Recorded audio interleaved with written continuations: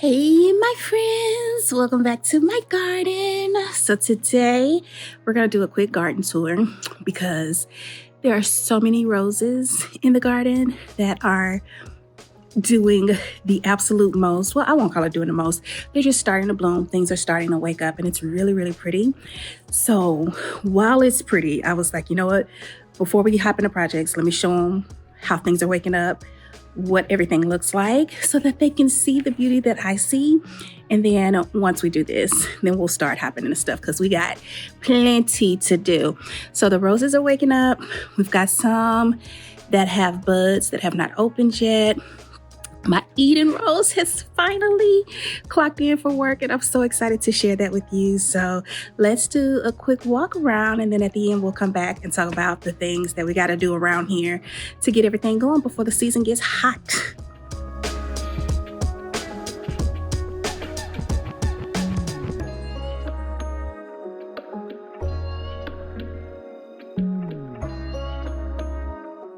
Okay, so I'm not quite sure what happened to the audio on these videos, so I'm just going to start with the voiceover. But starting on the deck, I installed this green stalk. This is the raspberry green stalk. I got it when they were doing a promo around Valentine's Day, and I'm really excited about it because this is going to let me grow food. I call this kind of like my little cocktail area.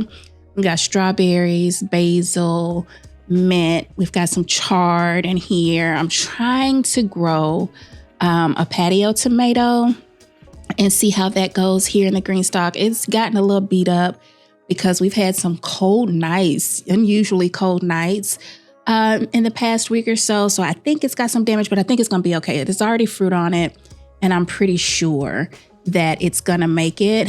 But I'm really excited about this. The only thing that I need to do with these, I've got two of them. I've got a 3-tier here and then I've got a 5-tier out in the yard that you'll see. Is I need to add the rolling base on it so that I can turn it. On this side, I have nasturtium, some kale, some chard, and I want to be able to shift it so that if one side is getting too much sun, particularly on this side that's coming from the yard, I can turn it a little bit to give some of those a little reprieve. But I'm really excited about being able to tap into that straight from the patio, especially when we're making cocktails. So last year, if y'all remember, if you were with me, we built this right off of the deck and we planted 2 climbing roses, one of which we were not sure what it was. And I am happy to report back that it is actually what I thought it was. You know, last year we were calling her anonymous because we planted it and it didn't do anything. But this is a David Austin Generous Gardener. And here, let me show you the blooms on this. Girl, friends, guys, this is, first of all, David Austin roses are so romantic in the garden. Then second of all, they come out with these really beautiful blooms and the smell is intoxicating. Like when this plant first bloomed, it gave me this little shrimpy white bloom. But as you can see, there is nothing shrimpy about these blooms and they bloom in clusters. So it's actually been going for a little over a week. I'm just getting around to doing the tour, but it is absolutely phenomenal to walk past this thing and smell it, like rub up against it. And that smell hits you and it's fragrant all day from dusk to dawn. I smell this rose. And now all I'm going to do is come over and like tie it in. Like I've been trying to do a really good job of training it. So I get those offshoots so that we can fill it in. There's still new growth points on all of these canes, but I do want to come in and fill her in on the trellis so that it gets a little fuller. But I am absolutely obsessed with this rose. Right next to it, we have a purple pillar rose of Sharon. I wanted to add something that wasn't just a rose. And then we've got Strawberry Hill here on the left-hand side. And she's got the most cutest little pink roses. They're smaller than David Austin's, but this is very fragrant as well. Both of these roses have like a candy sweet smell. That's the best way that I can describe it. And this rose was a stunner from the time we planted her. Like a lot of this growth that you see on it these are first season roses. Like they were in the ground all year last year, and this is technically going to be their second season, and I cannot wait to see how they fill in this box. I put some canna lilies in here that I think are like a pinkish yellow color. Then we've got some geraniums that are supposed to be good for mosquitoes. But overall, this box is filling in beautifully, and I adore it.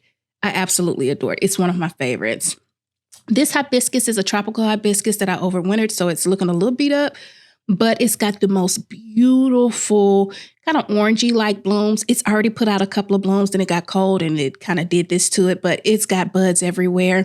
My goal this year is to keep these plants to stay on my fertilizer schedule so that they're healthy and they have the nutrients that they need. Everything is blooming really big right now. And I know that's probably because it's the first flush, the weather isn't as hot, but my goal is to keep that going. So we've got our Limelight Prime.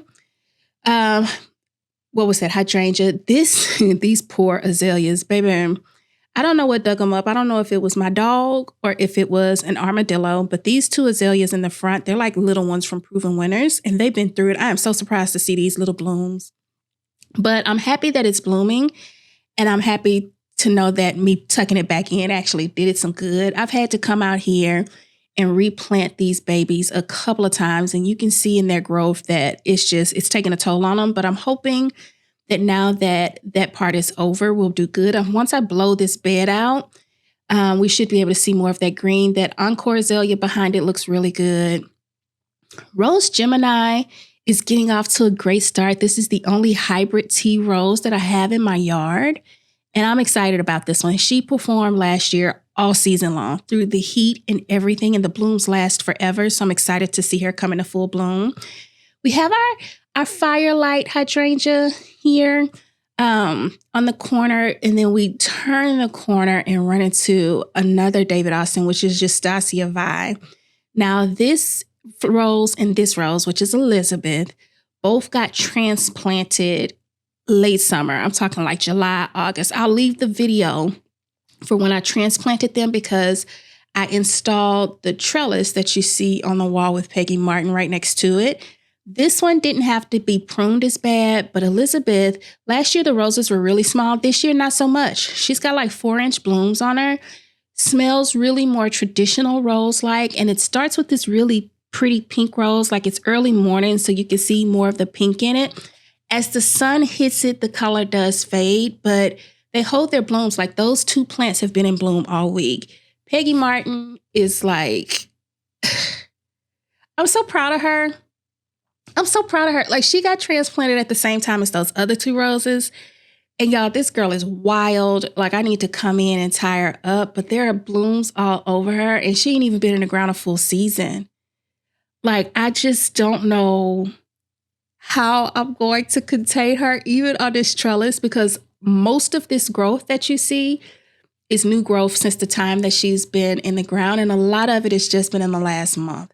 So I am really curious to see how she's going to grow up this trellis. Right now, we are still full of blooms. So I'm hopeful that by the time Easter comes, most of these flowers will have opened up and we'll have some really pretty pictures for Easter. But I got to come in and tie her up and pull her back because homegirl is taking over. Got a really pretty purple salvia there that's still working. Now, Duchess was the wild child last year. And so far, I forgot how pretty these blooms were. This is Duchess de Bourbon. And she will perform like this all season long. There will not be a lull. I don't even have to deadhead her. She just comes out. And when she starts doing this, she doesn't stop. With some good fertilizer this year, and once I come out and do all my weeding that I'm avoiding like the plague, that girl is going to take off. We've got our pink guava here that is recovering from being overwintered and being neglected and left outside when it was too cold. Child, don't judge me. Ignore my trash cans. We're going to work on that. That's a project for this year. Child, we got to close that up because we can't be looking at that.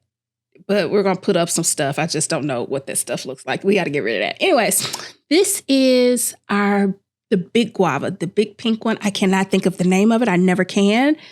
If I can think of it, I will put it on the screen. But this one got beat up pretty bad too when it started being windy, specifically because it's on this arch, but she's coming along. Now this girl, she has me like with all the feels. This is Eden. If you were with me last year, I don't know if you remember me talking about Eden so bad because I put Eden in the ground early season, and Eden did not do any vertical growth above the ground. Nothing. She grew a little bit, maybe a foot, but that was it. It was all leaves, no signs of blooms. And now Eden is covered in blooms. And if Eden performs for me like I have seen her perform on the internet, y'all gonna be sick of me. Instagram is going to be sick of me. TikTok is going to be sick of me. This rose has had me in a chokehold since I saw her online. And now that she is in my yard, I don't know what to do with myself. And now that the roses are here and they're opening, and they open slow. So they bud up and they take their time. Oh my gosh, I'm so excited about that. Coming up, we've got a plum tree. Now, this is a Bruce plum, and the tag says it doesn't need a pollinator. It's self-pollinating. It bloomed profusely when it started to come out of dormancy, and I see no fruit. So I don't know how true that is. If I need to plant another one, I've got some space over there. I may try it, but who knows? Now, would you look at my fig tree? Now, I have some sentiments about fig trees. I grew up with fig trees. My great aunt was a gardener. She had fig trees. And this is a brown turkey fig, and she is in the best shape that I have ever seen her. I'm going to clean up the base of her, but she's surrounded by these Holy Grail hibiscus, which are starting to grow, come in for the season and waking up. And I know last year I said I was going to move them, and I didn't get around to doing it, and I don't want to do it now. And I know for sure that this season is going to be the last season that they're going to be able to stay there, because this girl is going to grow probably another 2 feet this season. And I'm going to keep her, within that 8-foot, 10-foot range, just so that we can get the fruit with ease. Might even keep it more around that 8-foot range. But the leaves are gonna shade out this hibiscus plant. Just look how huge these leaves are, and they smell divine. She's so healthy. She's had her fertilizer. And I know we'll get a bunch of fruit off of her this year. We got some last year, but this is going to be the year where we'll be able to do like our fig preserves and stuff. I'm sure of it. It's like the 3rd season in the ground. And I'm just infatuated with this tree. Like it's my goal this summer to come and lay out a pallet or to grab one of my chairs and sit underneath her like I did as a kid. It was such a vibe. The veggie beds don't have much to show right now. We're early in the season. We've got watermelons and chives in this bed, some onions in there. I think I got some lettuce and stuff left over. Green beans, pole beans, okra, cucumbers, pineapple sage, lavender growing in this bed. It looks like nothing now, but in a couple of weeks, now that the heat is really coming in, baby, you ain't gonna be able to see nothing in these beds. I've got peppers. I've got some zucchini growing in this bed with some marigolds. All of the beds, I think, have snapdragons in them, but they're about to tap out when it gets really, really cold. We've got some carrots left over from the fall, a little spinach left over from the fall.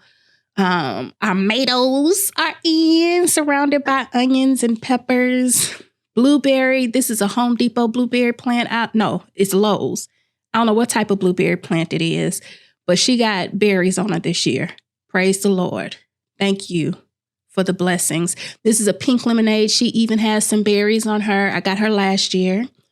And then we've got a premier blueberry bush. I do know what kind that is over there that is full of berries. Berries are my youngest daughter's favorite. And she asks me every day if they're ready. And I have to tell her, don't touch them, because she will pick them. In this bed, we've got more green beans, some Malabar spinach, a bunch of herbs in the bed. But yeah, in a couple of weeks, we'll come back and kind of look at the food that's growing, because that trellis is going to be full within like the month. Now, over here is where I have my next green stalk, which is full of like edamame and peppers. And we've got some watermelon we're going to try to grow over here as well. Onions, stuff that trails. I've got this canna right here in the corner. I did not expect this canna. I don't know if y'all remember last year, but I planted this bed up. It was like my tropical bed. We had the roselle hibiscus. We had some dahlias. We had our, the bougainvillea. It was just crowded. It got really obnoxious, which is why I decided to install this trellis over here to kind of clean it up a little bit. I say all of that to say those cannas struggled last year. They didn't do as well because they were being overshadowed. And this year, they are the stars of the show. I'll leave the link to last week's video that shows me installing this trellis, because that was a lot of fun. Now, this corner, y'all remember this like last year? I was like, oh, this is my favorite part of the yard. And it still is a beauty. Like, it's really somewhere that I enjoy watching. look at True Sincerity's blooms. Like last year she did really well, but do you see the size of those blooms? Like my roses are going to get such the special treatment this year because they have just come out and melted my heart. Directly behind True Sincerity on both sides is a Sugar Crush or Candy Crush hibiscus from Proven Winners. I've got some gladiolas coming up from bulb from last year. I forgot about those. Our Jane Magnolia looks like she's filling in a little bit. I have some penstemon in front too. It looks like it's growing. I don't want to say it's its second full season, so hopefully it gets big because the goal is to have that corner kind of full. Now this back here has been a challenge to figure out. So this year I'm going to plant my bougainvillea here and kind of trail it up the fence to give it some space to grow. I'm really trying to close this fence in. I've got crossvine planted on the fence, and then I've got these 2 sweet viburnums that I planted last year, and apparently the wind chill just took them out during the last winter storm that we had. So they're growing back. I do need to come in and prune out all the dead parts, but I was wondering if they were going to come back because I just wasn't sure. But my crossvine, this crossvine does well. Nothing happens to it. The deer don't touch it. It's coming back. Like during the time where there wasn't a lot out to eat, they nibbled on it a little bit, lost some leaves, but it's growing in fine. It looks good. And my hope is that it will continue to be that way and the deer won't mess with it and I'll get it to sprawl out. Next to it, to the right, I added in some star jasmine. And I haven't spread her out yet. She's still on her bamboo sticks because I wanted to put it here and see if I saw any evidence of the deer messing with it. And so far, so good. They haven't done much to it or anything to it at all. So I'm hopeful that I can have crossvine, jasmine, and then this other crossvine is still living. They disseminate, like they took it off here and it was connected to the top. It had flowers on it and everything. All of that stuff I've snatched out. I don't know. I just need them to leave this alone because I really want this screen to be of flowers and leaves to kind of close the yard in. We've got kids that play back here in the green space, and while that's not my yard, I still would like to be able to have a closed-in feeling to create some privacy from back there. So fingers crossed that works. Y'all pray for me. I added a Parfuma Earth Angel rose this season here, so I'm hoping that she does well. At this point, I've got 3 new roses that I'm adding to the garden. I've already done Colette, and then this one, and then I've got one more. If these roses sit and take their time, I'm okay because I understand the process now. I'm not new to this anymore, and I get that they may need to put down roots before they do upper vertical growth, and it's actually 4 new roses. So I'm going to let them do their thing and keep it going. Now, down below, we've got to make some decisions. As you can see, the grass is not growing, and it is because of this humongous oak tree that you see leaves from that we got to come out and clean up. I don't know what we're going to do around here. I am thinking that we're going to throw some compost and some seed down for dense shade, like some annual grass seed, and see if we can get something to grow in to buy ourselves time to figure out what the true plan is for down here, because I don't want to rush into it. I really want it to be something like another seating area, but I don't know if we want a hot tub. I just don't know, and I don't want to rush into it. And I think the most cost-effective way to handle this is to probably just put some dense shade annual grass down and give ourselves the season and the year to think about it, because it's whatever it is, it's not going to happen right now. Not in this economy, not right now. But down below here in this woodland area, these 2, what are they? The beautiful, I can't even think of the name of the flowers, but camellias, they're struggling. So I think I'm going to take them out. I was going to plant them here, but y'all see that sun? That's not going to work. So I think that corner down there where that other oak tree is, they need that complete shade. I think I'm going to transplant them from here and then replace them with this oak leaf hydrangea. I got to come in and weed. We got to come in and clear out these leaves. The oak tree is a blessing and a curse, but you know, some of our hostas are coming up. But I got to come in and pull out these vining weeds. This one vining weed that just kills us. We did put this rock bed in because we needed to immediately stop some erosion that was happening around the foundation of the house. So the answer to that was this rock bed. It was really affordable. I think we paid like $100 total with everything to get the rocks down. And the goal is to do that along the side of the house back there by the fence line as well, something similar. This arbor is going to have my climbing rose jasmina in it because I replaced my table on the patio. So on the patio for the past couple of seasons, I had a DIY table that I built out of wood, but we've since replaced it. We'll talk about her later, but it's a stone top and aluminum set. Makes it easy to clean and easy to keep up with up under the oak tree. And then the table, I'm going to repurpose and actually build a raised bed over there so I can level out the area where that arbor needs to be and actually plant the jasmina rose that you see here over there, as well as this clematis Warsaw Nike, I believe it is. I started this from bulb and I really want to get it in the ground to let it get its roots down so that it can grow along that trellis as well. So yeah, that is the backyard tour for now, guys. Now that you've seen everything that's going, the plan is to actually start these projects. We're going to add the rollers and the spinners to the green stalks. I've got some, I saved this from last year, and then we've got some, what is that? The really pretty flowers right there. Got some bulbs coming up, so I'm going to plant that orange one in that blue pot. We've been enjoying this decorative hydrangea. Yeah, things are looking good back here. I'm really pleased with how things are going. Our palm made it through the winter, so she's going to get the special treatment and give us some more growth this year. And yeah, that's it. That's the backyard, guys. Thanks for sticking around.